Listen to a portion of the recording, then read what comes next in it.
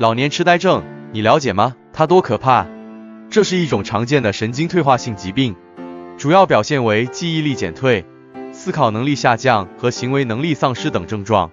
它不仅严重影响患者的生活质量，也给家庭和社会带来了巨大负担。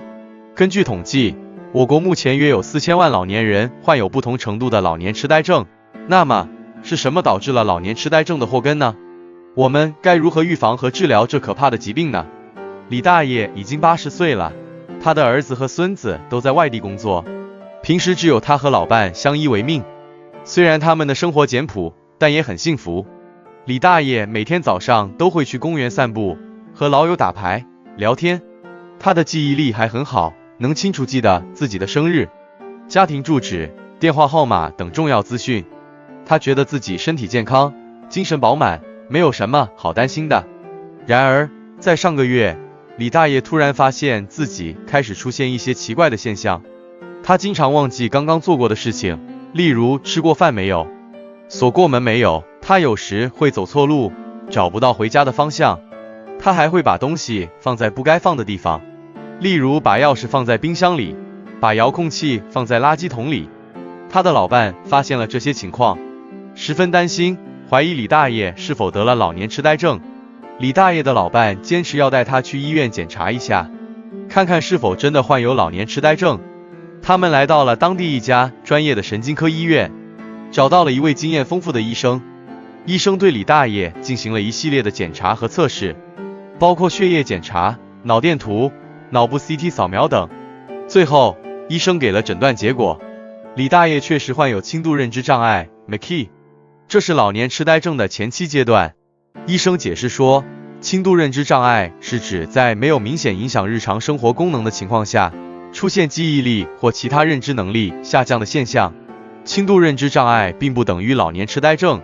但是有一部分轻度认知障碍患者会逐渐发展成为老年痴呆症，因此及时发现和治疗轻度认知障碍是预防老年痴呆症的关键。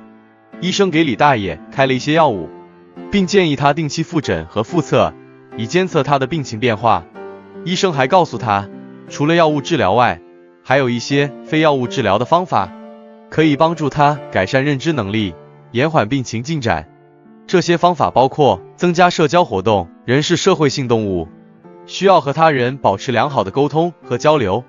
社交活动可以刺激大脑的神经元连接，增强记忆和思维能力。李大爷可以多参加一些兴趣小组、志愿者活动、老年大学等，和同龄人或不同年龄段的人交流心得，分享经验，拓展视野，坚持体育锻炼。运动是保持身心健康的重要途径。运动可以促进血液循环，增加脑部供氧量，有助于提高大脑的代谢水平和免疫力。李大爷可以选择适合自己的运动方式，比如散步、太极拳、广场舞等，每天坚持半小时以上的中等强度的运动。学习新知识，学习是提高认知能力的有效手段。学习新知识可以激发大脑的潜能，增加神经元之间的突触连接，形成新的记忆网络。李大爷可以根据自己的兴趣和爱好，选择一些新颖有趣的知识来学习，比如外语、音乐、绘画等，或者复习一些以前学过的知识，比如历史、地理、文学等，培养良好的生活习惯。生活习惯对认知能力也有影响。李大爷应该注意保持规律的作息时间，避免熬夜和睡眠不足。睡眠是大脑清理毒素和巩固记忆的重要过程。李大爷还应该注意饮食平衡，多吃一些富含维生素、蛋白质、抗氧化剂等有益于大脑健康的食物，比如水果、蔬菜、坚果、鱼类等，少吃一些高脂肪、高糖、高盐等不利于大脑健康的食物。3个不良习惯。在接受治疗的过程中，李大爷发现自己有一些不良的生活习惯，可能是导致他认知能力下降的祸根。这些习惯包括长期使用羊脂包裹食物。李大爷平时喜欢用羊脂包裹一些食物，比如馒头、饺子等，觉得这样可以保持食物的新鲜和温度。但是他不知道羊脂中含有铝元素，如果长期接触食物或加热后释放出来，会被人体吸收，并在大脑中积累。铝元素是一种神经毒素，会损害神经细胞，并与老年痴呆症相关，长期处于孤独状态。李大爷虽然每天会去公园散步，和老友们打打牌、聊聊天，但是他的儿子和孙子都在外地工作，很少回来看望他。他和老伴的交流也越来越少，他们的生活缺乏温暖和亲密。孤独是一种心理压力，会导致大脑分泌一些有害的激素，比如皮质醇，这些激素会影响大脑的神经元存活和功能。孤独还会降低人的自信和自尊，使人更容易产生消极和抑郁的情绪，这些情绪也会损害大脑的健康。长期吸烟，李大爷从年轻时就开始吸烟，一直没有戒掉。他觉得吸烟可以帮助他放松和集中注意力，但是他不知道吸烟对大脑有很多危害。吸烟会导致血管收缩和硬化，降低血液中的氧气含量，使大脑缺氧。吸烟还会增加血液中的自由基，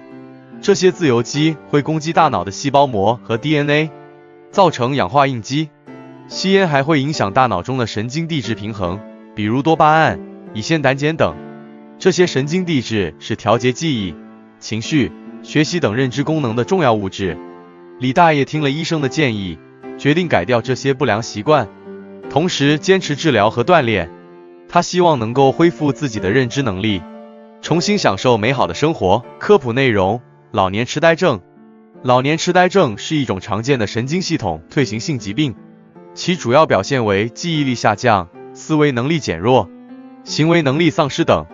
老年痴呆症有多种类型，其中最常见的是阿尔茨海默病 AD， 占老年痴呆症患者的 60%到80%。阿尔茨海默病的主要特征是大脑中出现两种异常物质，淀粉样蛋白和贝塔斑块和神经元纤维缠结 NFT， 这两种物质会阻碍神经元之间的信号传递，并导致神经元死亡。目前，老年痴呆症还没有根治的方法，但是有一些药物和非药物治疗可以缓解其症状，并延缓其进展。药物治疗主要包括两类：乙酰胆碱酯酶抑制剂 SCHI 和 N 甲基 D 天冬氨酸受体拮抗剂 NDRA。这两类药物都是通过调节大脑中的神经递质来改善认知功能的。乙酰胆碱酯酶抑制剂可以增加大脑中的乙酰胆碱，这是一种与记忆相关的神经递质。N 甲基 D 碱天冬氨酸受体拮抗剂可以减少大脑中的谷氨酸，这是一种与兴奋性神经传递相关的神经递质。过多的谷氨酸会导致神经元过度兴奋和损伤。非药物治疗主要包括认知训练、行为干预、心理支持等。认知训练是指通过一些专门设计的任务或游戏，来锻炼患者的记忆、注意、语言、执行等认知能力。行为干预是指通过一些策略或技巧，来帮助患者改善日常生活功能，比如使用日历、备忘录、标签等辅助工具，或者建立固定的作息时间和环境等。心理支持是指通过一些方法，如咨询、心理治疗、家庭教育等，来帮助患者和家属缓解情绪压力，增强自信和自尊，提高生活质量。老年痴呆症是一种严重影响老年人健康和幸福的疾病，它不仅损害了患者的认知能力，还给患者和家属带来了巨大的精神和经济负担。因此，我们应该重视老年痴呆症的预防和治疗，及时发现和诊断轻度认知障碍，采取有效的药物和非药物治疗措施，同时改掉一些不良的生活习惯，比如长期使用羊脂包裹食物、长期处于孤独状态、长期吸烟等。我们还应该多关心和支持老年痴呆症患者和家属，给他们提供更多的帮助和服务，让他们感受到社会的温暖和关爱。